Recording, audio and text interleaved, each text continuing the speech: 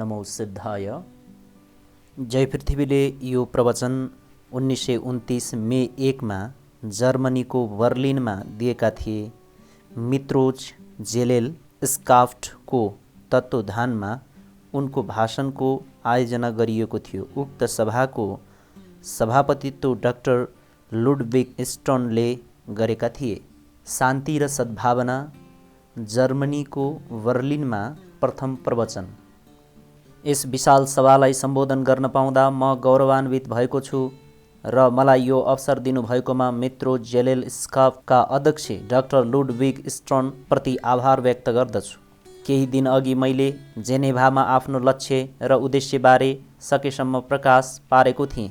मैले जेनेभामा भनेका कुरा जर्मनीका मानिसले नसुनेका हुँदा म यहाँ तपाईहरूका समक्ष शान्ति र सद्भावनाद्वारा मनुष्य मात्रका हरेक कष्टलाई कसरी हटाउन सकिन्छ भन्ने कुराको जानकारी दिन उपस्थित भएको छु। महायुद्धपछि सबै देशका जनताको अवस्थामा झन् नराम्रोतर्फ परिवर्तन गराइएको छ। लडाई नै नपरेका पूर्वका देशहरूमा समेत दुःख र दर्द अशान्तिको असर पर्न गएको छ। यस्तो अवस्था ज्यादै चर्किँदै गएको देखेर नै मैले पीडित मानव हृदयमा शान्ति र सुख कसरी पैदा गर्न सकिन्छ भन्ने कुरा गम्भीरतापूर्वक सोच्न थालेको हुँ। मेरै जस्ता समान दृष्टिकोणबाट खोलिएका कैयौँ संस्थाहरूमध्ये राष्ट्रमण्डललाई मैले अग्रपङ्क्तिमा पाएको छु। तर राष्ट्रमण्डल जस्तो उच्च स्तरीय संस्थाबाट जाति, वर्ग, समुदाय जस्ता ससाना एकाइसम्म पुग्ला भन्ने कुरामा मलाई सन्देह रहेको छ। अन्ततः कुनै कुराको जरो पनि व्यक्तिको मनोभावसम्म पुगेको हुन्छ। जब कुनै राष्ट्र युद्धमा संलग्न हुन्छ वा कुनै सरकारले सफलतापूर्वक सुधार कार्य सञ्चालन गर्दछ भने त्यसमा जनताको चाहना नै प्रमुख रूपमा रहेको हुन्छ। एउटा यस्तो समय पनि थियो जुन बेला एउटै व्यक्तिले सैकडौँ मानिसमाथि शासन गरी उनीहरूलाई आफूले जता चाह्यो उतै लैजान सक्थ्यो। अब यस्तो समय गइसक्यो। अब त बहुमतले जे चाह्यो त्यही हुन्छ।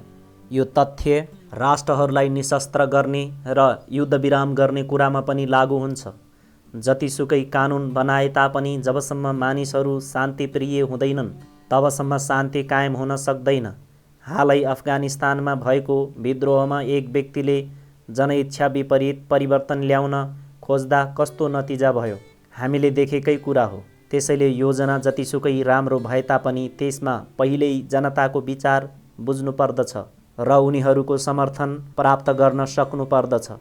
केही व्यक्ति जतिसुकै चलाक वा प्रभावकारी भए तापनि शान्ति र सद्भावना कायम गर्न सक्दैनन्, किनभने अनगिन्ती दलहरू धर्मावलम्बी वर्ग र समुदायमा आपसी द्वेष र वैमनस्य रहि नै रहेको हुन्छ।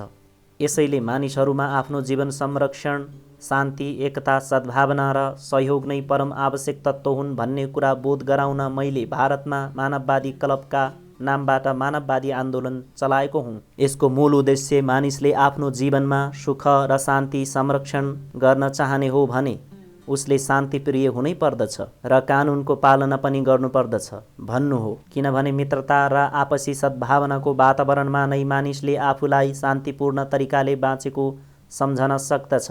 यो संस्था संसारका विभिन्न धर्मावलम्बी वर्ग या दल र राष्ट्रहरूबीच अपरिहार्य अन्तरहरू हुँदाहुँदै पनि संसारका सबै मानिस साझा परिवारको विश्वव्यापी बन्धनमा बाँधिएका छन् भन्ने कुरा औल्याउँदै शान्ति, सद्भावना र सहयोगको भावना अभिवृद्धि गर्ने प्रयासलाई अवलम्बन गराउन प्रस्ताव गर्दछ।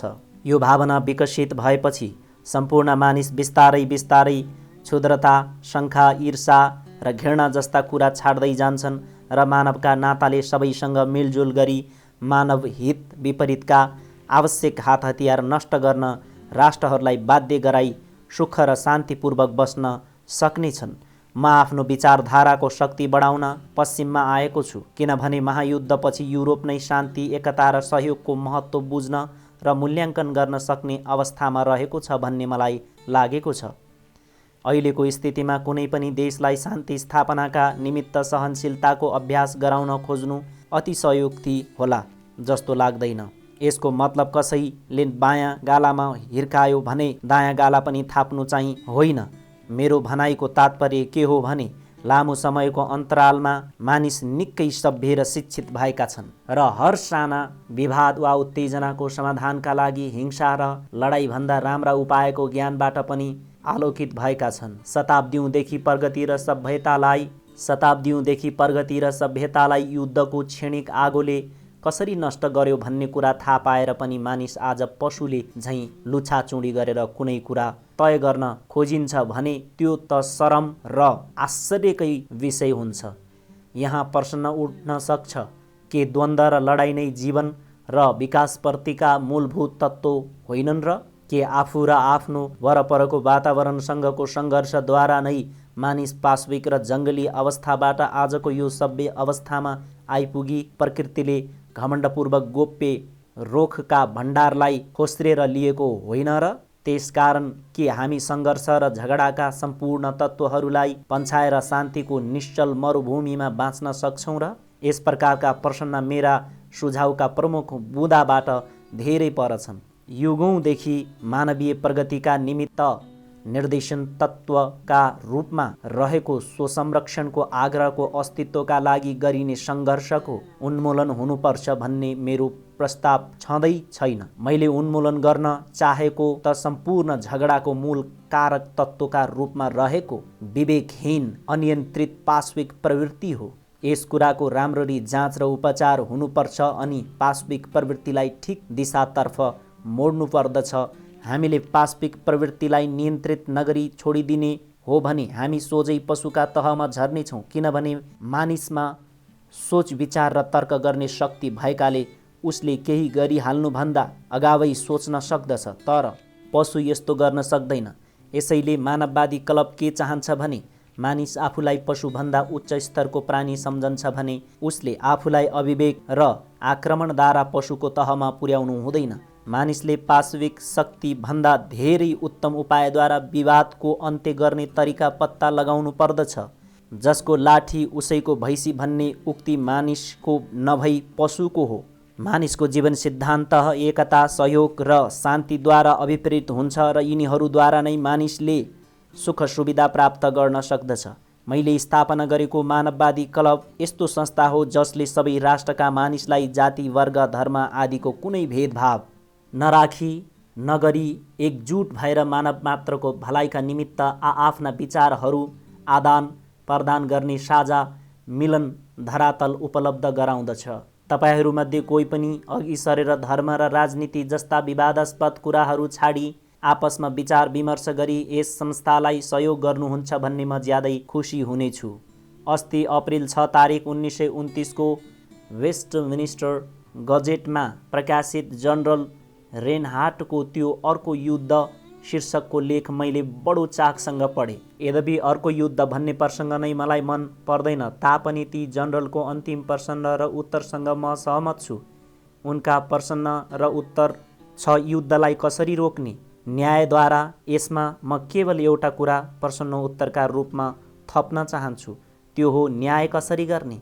सद्भावनाद्वारा। अब फेरि उही पुरानो प्रश्न उठ्छ, बिरालाको घाँटीमा घन्टी कसले बाँध्ने, अर्थात् सद्भावनाको सुरुवात कसले गर्ने। यसमा मेरो विचार के छ भने यदि कुनै देशले सद्भावनाको प्रदर्शन गर्दा अर्को छिमेकी देशले त्यसलाई बेवास्ता गर्यो भने सद्भावना प्रदर्शन गर्ने देश कमजोर हुन्छ भनी सोच्नु उचित छैन।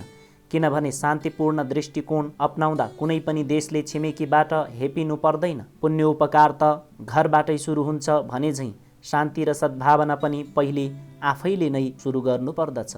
तपाईहरूले शान्ति र सद्भावनाको सिद्धान्तलाई आफ्नो देशमा लागू गर्नुभयो भने यो प्रक्रिया क्रमशः तपाईँका छिमेकी देशहरूमा पनि पुग्दछ र आखिर विस्तारै सम्पूर्ण संसारमा नै फैलन्छ। जस्तो एउटा रङ्गको थोपा पानीको भाँडामा खसाल्दा त्यसले सबै पानी रङ्गाइदिन्छ, त्यसरी नै यी कुरा पनि अगाडि बढ्दछन्। न्याय प्राप्त गर्न सबैभन्दा सजिलो उपाय शक्ति र शत्रुता होइन, सद्भावना र सहयोग नै हो। यहाँ मैले भनेको कुरा यस विशिष्ट विद्वत सभालाई न त सूचना नै हो न त निर्देशन नै हो। यो यहाँहरू समक्ष यो विचारलाई जीवन्त पार्न सर्वसाधारणका मनमा फैलाउनका लागि अनुरोधसम्म हो। ओम नमस्ते।